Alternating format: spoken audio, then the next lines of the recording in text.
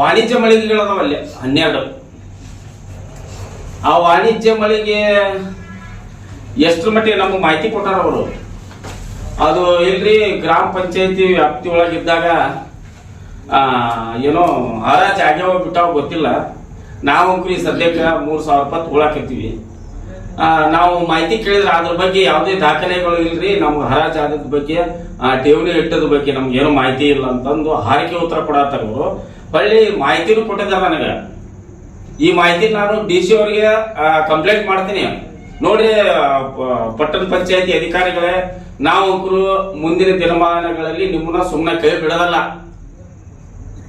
ಸಾರ್ವಜನಿಕರ ಜೊತೆನೂ ಎಲ್ಲರಿಗೂ ಹೇಳಿ ಅಮ್ಮಿದೊಳಗ ಸಾರ್ವಜನಿಕರಿಗೆ ಹೇಳಿ ಅವ್ರನ್ನೂ ಕೂಡ ಕರ್ಕೊಂಡ್ಬಂದು ಪಟ್ಟಣ ಪಂಚಾಯತಿ ಮುಂದ ನಾವು ಧರಣಿ ಸತ್ಯಾಗ್ರಹ ಮಾಡೋದಂಕರು ಖಚಿತ.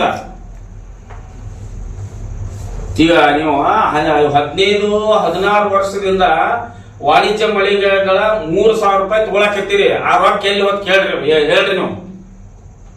ನಾವು ಬಿಡೋದಲ್ಲ, ಇದನ್ನ ಇಷ್ಟಕ್ಕೆ ಬಿಡೋದಲ್ಲ. ನಿಮ್ಗ ಮಾಹಿತಿ ಕೊಟ್ಟಿವಿ, ನಾವು ಕುಂತೀವಿ ಅಂತ ನೀವು ತಿಳ್ಕೊಂಡ್ರಿ. ಆದ್ರೆ ಮಾಹಿತಿ ತಗೊಂಡ ಉದ್ದೇಶ ನಾವು ಮುಂದಿನ ದಿನಮಾನಗಳಲ್ಲಿ ಹೋರಾಟ ಮಾಡಕ ತಗೊಂಡಿವಿ. ಎಚ್ಚರಿಕೆ ಇರಲಿ, ಮುಂದೆ ಮಾತ್ರ ನಾವು ಪ್ರತಿಭಟನೆ ಮಾಡೋದು ಖಚಿತ.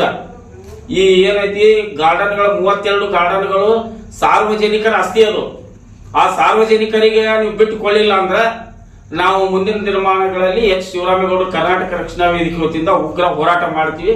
ಇದು ಖಚಿತ.